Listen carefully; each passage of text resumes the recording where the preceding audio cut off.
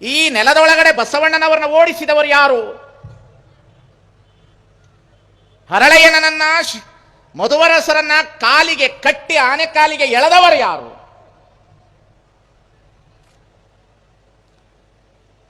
ಇದು ನಮ್ಮ ಲಿಂಗಾಯತ ಮಠಾಧೀಶರಿಗೂ ಗೊತ್ತಾಗುವುದಿಲ್ಲ.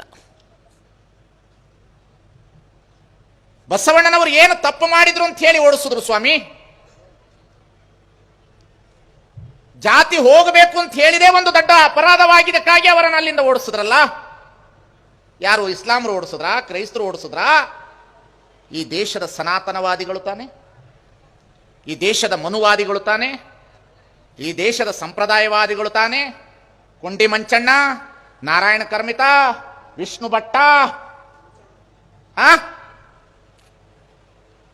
ಬುದ್ಧನನ್ನ ಈ ದೇಶದಿಂದ ಓಡಿಸಿದ್ರು, ಬಸವಣ್ಣನವರನ್ನ ಗಡಿಪಾರು ಮಾಡಿದ್ರು, ಪ್ರಗತಿಪರ ದಾರೆಗಳನ್ನ ಅವರನ್ನೆಲ್ಲ ಗುಂಡಿಟ್ಟು ಕೊಲ್ಲುವ ಪರಿಸ್ಥಿತಿಗೆ ಈ ದೇಶ ಬಂದು ನಿಲ್ತು.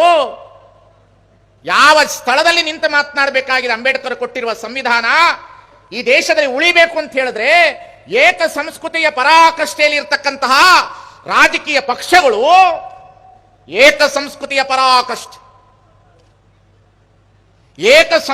ಪರಾಕಾಷ್ಠೆಯನ್ನು ಹೇರ್ತಿರ್ತಕ್ಕಂತಹ ಈ ದಿನಮಾನ ಕಾಲದಲ್ಲಿ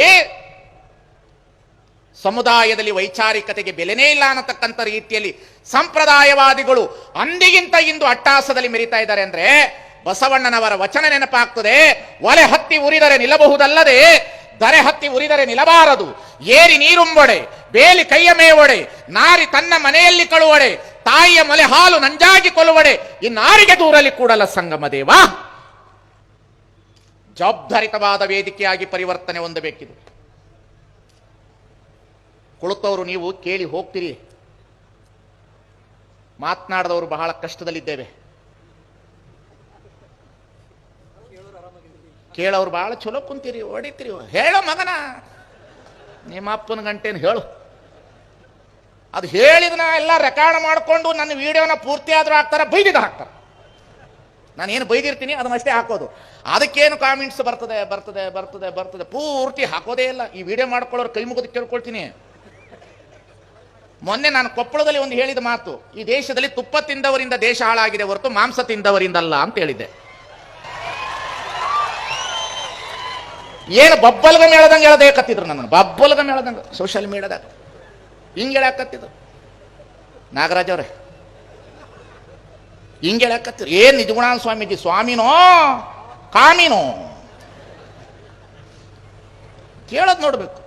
ನೋಡಿ, ನಾವು ಸ್ವಾಮೀಜಿಯನ್ನು ನಾನು ಮನುಷ್ಯ, ನನ್ನ ಪ್ರೊಫೆಷನಲ್ ಸ್ವಾಮಿ. ಅರ್ಥ ಆಯ್ತಾ? ವೃತ್ತಿ ಸ್ವಾಮೀಜಿ ಇದ್ದೀನಿ, ನಾ ಸ್ವಾಮೀಜಿ ಇಲ್ಲ. ನಿಮಗೆ ಭಾಳ ತ್ರಾಸಾಗ್ತದ್ರಿ ಈ ಶಬ್ದಗಳು. ಅರ್ಥ ಆಗೋರ್ಗೆ ಅರ್ಥ ಆಗ್ತದೆ. ನಾ ಮನುಷ್ಯ ಇದ್ದೀನಿ ಅಂತ ಮಾತಾಡ್ತೀನಿ. ಸ್ವಾಮೀಜಿ ಆಗಿದ್ರೆ ಪಾತ್ ಪೂಜೆ ಮಾಡಿಸ್ಕೋತಿದ್ದೆ.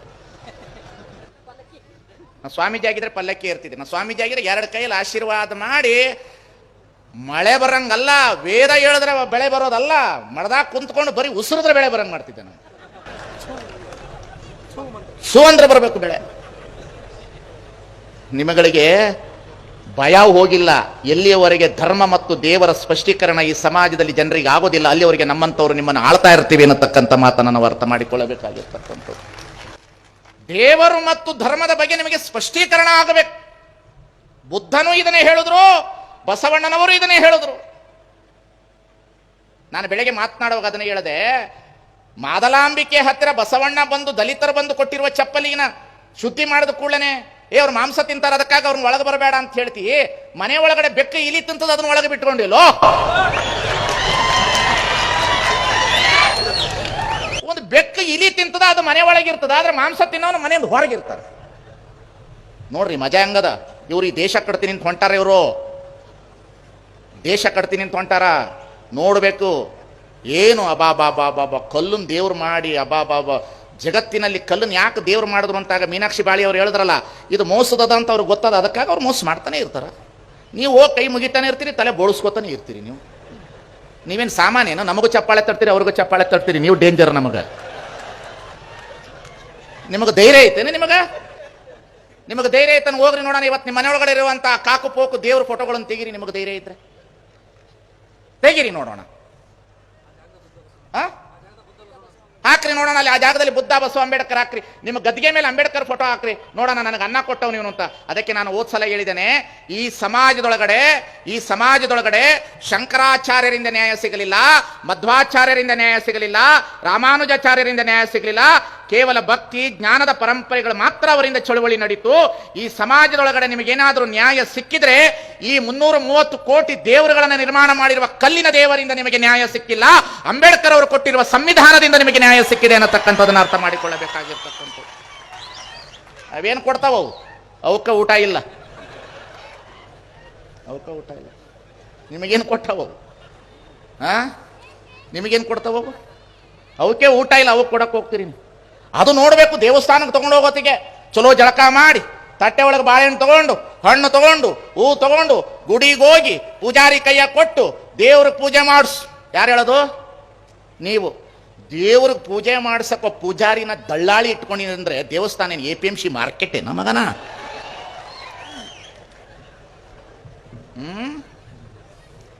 APMC ಮಾರ್ಕೆಟ್ ಏನದು? ತರಕಾರಿ ವ್ಯಾಪಾರ ಮಾಡ್ದಂಗೆ. ಆ ದೇವರಿಗೂ ಭಕ್ತನ ಮಧ್ಯೆ ಒಬ್ಬ ಪೂಜಾರಿನ ಇಟ್ಬಿಟ್ಟಾರ. ನೀವು ತಗೊಂಡೋಗಿ ಕೊಟ್ಟಿದ ಕೂಡಲೇ ನಾವು ಪೂಜೆ ಮಾಡ್ತಾನ, ಹೇಳ್ತಾನೆ ಯಜ್ಞೇನ ಯಜ್ಞಮೇವೋ ಜಂತು. ಯಾವ ಜಂತೋ ಯಾವ ಹುಳನೋ ಯಾವ ಉಪಟನೋ ಕಂಡವ್ರು ಯಾರು? ತೆಗೆದವ್ರು ಯಾರು? ನೋಡ್ದವ್ರು ಯಾರು? ಅವ ಪೂಜೆ ಮಾಡಿದ ಕೂಡಲೇ ಮತ್ತೆ ನೀವು ನಂಬಿರೋ ದೇವ್ರ ಪೂಜೆ ಮಾಡಿ ನೋಡ್ರಿ. ನೀವು ಎಷ್ಟು ದೊಡ್ಡವರು, ದೇವ್ರಿಗೊಬ್ಬ ದಳ್ಳಾಳಿ ಇಟ್ಕೊಂಡಿದ್ರ ಅಂದ್ರೆ ಎಂತವ್ರು ಎಷ್ಟು ದೊಡ್ಡ ಸೌಕಾರಪ್ಪ, ಎಷ್ಟು ದೊಡ್ಡ ಸೌಕಾರ. ವಿಚಾರ ಮಾಡಿ, ಅವನು ಪೂಜೆ ಮುಗಿದ ಮೇಲೆ ದೇವ್ರ ಅನುಗ್ರಹ ಮಾಡಬೇಕು. ಯಾರಿಗೆ ಮಾಡಬೇಕು? ಪೂಜಾರಿಗೆ ಮಾಡಬೇಕು, ಭಕ್ತನಿಗೆ ಮಾಡಬೇಕು? ಇದು ನೋಡ್ರಿ ಮಜಾ ಐತೀಗ. ಯಾರಿಗೆ ಅನುಗ್ರಹ ಮಾಡ್ಬೇಕ್ರಿ ಅವ? ಪೂಜಾರಿಗೆ. ಅವ ಕಷ್ಟಪಟ್ಟು ಹಣ್ಣು ತಂದವ ಮಗ ಅವ ಅಲ್ವಾ? ನೋಡಿ, ಈ ದಳ್ಳಾಳಿ ವ್ಯಾಪಾರ ಇದೆಯಲ್ಲ, ಇದನ್ನು ಬಿಡುವಂತ ಬಸವಣ್ಣ. ಇದು ಸ್ಪಷ್ಟೀಕರಣ ಮಾಡ್ಕೊಳ್ರಿ. ಈ ದೇವರು ಮತ್ತು ಮಧ್ಯದಲ್ಲಿ ಪೂಜಾರಿ ದಳ್ಳಾಳಿ ಇದ್ದಾನಲ್ಲ, ಅವನನ್ನು ಬಿಟ್ಟರೆ ಮಾತ್ರ ಈ ದೇಶ ಉದ್ಧಾರ ಆಗ್ತದೆ. ಅಲ್ಲಿವರೆಗೂ ದೇಶ ಉದ್ಧಾರ ಆಗೋದಿಲ್ಲ. ಅವ್ರನ್ನ ಬಿಡಬೇಕು ಮೊದಲು ನಾವು. ಅವ್ರನ್ನ ಬಿಡ್ಲಿಲ್ಲ ಅಂದ್ರೆ ಹೆಂಗ್ ಗೊತ್ತೇನೋ? ಬಸವಣ್ಣ ಅದಕ್ಕೆ ಬಹಳ ಅರ್ಥಗರ್ಭಿತವಾದ ವಚನ ಹೇಳಿದ್ರು. ದೇವರು ಮತ್ತು ಈ ಪೂಜಾರಿ ಮಧ್ಯೆ, ದೇವರು ಮತ್ತು ಭಕ್ತನ ಮಧ್ಯೆ ಪೂಜಾರಿ ದಳ್ಳಾಳಿ ಬೇಡ ಕಣೋ. ಎಷ್ಟು ಸುಂದರವಾದ ವಚನ ಹೇಳಿದ್ರು ಬಸವಣ್ಣ ಅಂದ್ರೆ, ಇದಕ್ಕಿಂತ ಕೆಟ್ಟ ವಚನ ನಿಮಗಿನ ಬೇಕಾಗಿಲ್ಲ. ಎಷ್ಟು ಚೆನ್ನಾಗಿ ಹೇಳ್ತಾರಂದ್ರೆ, ತನ್ನ ಆಶ್ರಯದ ರತಿ ಸುಖವನ್ನು ತಾನುಂಬುವ ಊಟವನ್ನು ತಾ ಮಾಡಬೇಕಲ್ಲದೆ ಬೇರೆ ಮತ್ತೊಬ್ಬರ ಕೈಯಲ್ಲಿ ಮಾಡಿಸಬಹುದೇ? ಕೆಮ್ಮನೇ ಉಪಚಾರಕ್ಕೆ ಮಾಡುವರಲ್ಲದೆ ನಿಮ್ಮನೆತ್ತಬಲ್ಲರು ಕೂಡಲ ಸಂಗಮ ದೇವ. ಅರ್ಥ ಆಗ್ಲಿಲ್ಲನ? ಅರ್ಥ ಆಗಿಲ್ಲಲ್ಲ. ತನ್ನ ಆಶ್ರಯದ ರತಿ ಸುಖವನ್ನು ತಾನುಂಬುವ ಊಟವನ್ನು, ನಿನ್ನ ಸಂಸಾರ ನೀ ಮಾಡಬೇಕು, ಇನ್ನೊಬ್ರು ಮಾಡಬಾರ್ದು. ಅರ್ಥ ಆಯ್ತಾ? ಅದಕ್ಕೆ ಚಪ್ಪಾಳೆ ತಡ್ತಾರ್ರಿ ಅವರು. ಯಾಕಂದ್ರೆ ಇರೋದು 33 ಕೋಟಿ ಜನಸಂಖ್ಯೆ, 33 ಕೋಟಿ ದೇವರು, 120 ಕೋಟಿ ಜನಸಂಖ್ಯೆ. ಇನ್ನು ಹಂಚಿದ್ರು ಸಾಕಾಗೋದು, ಇನ್ನು ಹುಟ್ಟಬೇಕವು. ಆ 33 ಕೋಟಿ ದೇವರಿಗೆ 120 ಕೋಟಿ ಜನಸಂಖ್ಯೆ ಅಂದ್ರೆ ಇನ್ನೆಷ್ಟು ಹುಟ್ಟಿಸ್ಬೇಕು ದೇವ್ರನ್ನ? ಬೆಳಗ್ಗೆ ಸಾಯಂಕಾಲ ಹುಟ್ಟಿಸ್ಬೋದು, ಅದೇನು ದೊಡ್ಡ ಮಾತಲ್ಲ. ಬೆಳಗಾಯ್ತಂದ್ರೆ ಹುಟ್ಟಿಸ್ಬೋದು. ಅದಕ್ಕೆ ಎಷ್ಟು ಚೆನ್ನಾಗಿ ಬರ್ದ ನೋಡ್ರಿ, ತನ್ನ ಆಶ್ರಯದ ರತಿ ಸುಖವನ್ನು ತಾನುಂಬುವ ಊಟವನ್ನು. ನೀನು ಊಟ ನೀನೇ ಮಾಡ್ಬೇಕಲ್ಲಪ್ಪ, ನಿನ್ನ ಪೂಜೆ ನೀನೇ ಮಾಡ್ಬೇಕಲ್ಲ, ನಿನ್ನ ಸಂಸಾರ ನೀನೇ ಮಾಡ್ಬೇಕಲ್ಲ, ಇನ್ನೊಬ್ಬರ ಕೈಲಿ ಮಾಡಿಸಿದ್ರ? ಎಷ್ಟು ಬಸವಣ್ಣ ಎಷ್ಟು ಕಳಕಳಿಯಿಂದ ಮಾತು ಹೇಳ್ತಾರೆ. ಕೊನೆಗೆ ನೊಂದು ಹೇಳ್ತಾರೆ, ತನ್ನ ಆಶ್ರಯದ ರತಿ ಸುಖವನ್ನು ತಾನುಂಬ ಊಟವನ್ನು ತಾ ಮಾಡಬೇಕಲ್ಲದೆ ಬೇರೆ ಮತ್ತೊಬ್ಬರ ಕೈಯಲ್ಲಿ ಮಾಡಿಸಬಹುದೇ? ಕೆಮ್ಮನೆ ಉಪಚಾರಕ್ಕೆ ಮಾಡುವರಲ್ಲದೆ ನಿಮ್ಮನೆತ್ತಬಲ್ಲರು ಕೂಡಲ ಸಂಗಮ ದೇವ. ಹೋಗೋದು ಗುಡಿಗೆ ಹೋಗೋದು, ತಿರುಗೋದು. ಏನ್ ತಿರುಪತಿಗೆ ಹೋಗಿ ತಲೆ ಬೋಳಿಸ್ಕೊಂಡು ಬರ್ತಾರೆ. ಗೊತ್ತು, ಕೂದಲು ಬರ್ತದಂತೆ. ಕಿವಿ ಕೊಡು ಮಗನ, ಕಿವಿ ಕೊಡ್ಲೆ. ತಿಮ್ಮಪ್ಪನಿಗೆ ಮುಂದಿನ ವರ್ಷ ನಂದೊಂದು ಕಿವಿ ಕೊಡು. ಅವರು ನಿಮ್ಮನ್ನ ಕೂದಲು ಬೋಳ್ಸಕ್ ಕಲಿಸ್ಯಾರ ಪುರೋಹಿತರು. ಅವ್ರು ಎಂದೆಂದು ಯಾವ ದೇವಸ್ಥಾನದಲ್ಲಿ ತಲೆ ಬೋಳಿಸ್ಕೊಂಡಿಲ್ಲ. ಅವರು ಗಮನ ಇಡಬೇಕು ನೀವು ಇದನ್ನ. ಅವರು ನಮ್ಮಂತವ್ರನ್ನ ತಲೆ ಬೋಳಿಸೋದನ್ನ ಕಲಿಸ್ಯಾರ. ಅವ್ರು ಯಾವಾಗ ಬೋಳಿಸ್ತಾರಂದ್ರೆ ದೇವರ ಹೆಸರ ಮೇಲೆ ಅವ್ರು ತಲೆ ಬೋಳಿಸೋದಿಲ್ಲ. ತಂದೆ ತಾಯಿ ಸತ್ತಾಗ ಮಾತ್ರ ತಲೆ ಬೋಳಿಸ್ತಾರ, ದೇವರ ಹೆಸರಿನಲ್ಲಿ ತಲೆ ಬೋಳಿಸೋದಿಲ್ಲ.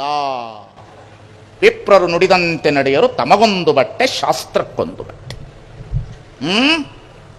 ಸೂಕ್ಷ್ಮತೆಗಳನ್ನು ಗಮನಿಸ್ರಿ.